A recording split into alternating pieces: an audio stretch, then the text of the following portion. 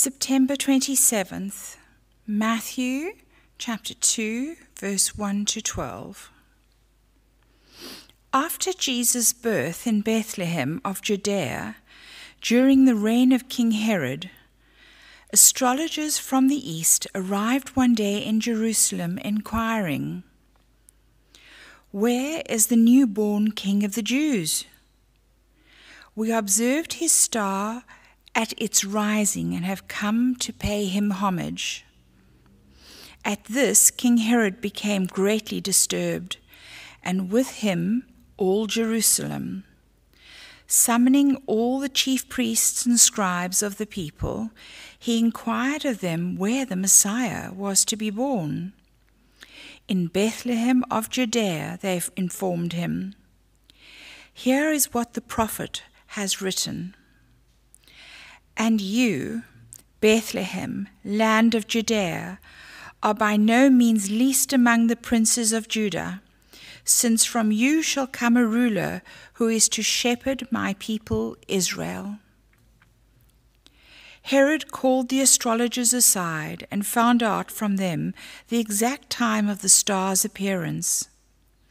Then he sent them to Bethlehem, after having instructed them, "Go and get detailed information about the child.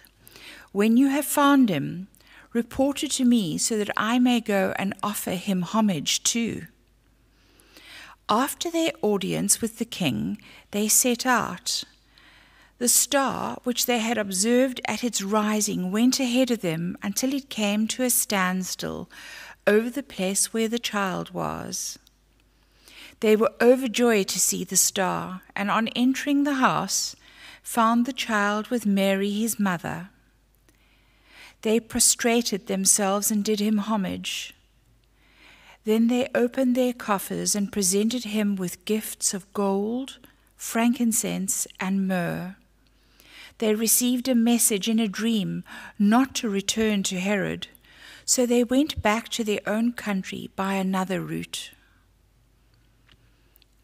As the pieces fall into place, there is a serious threat hanging over the stable in Bethlehem.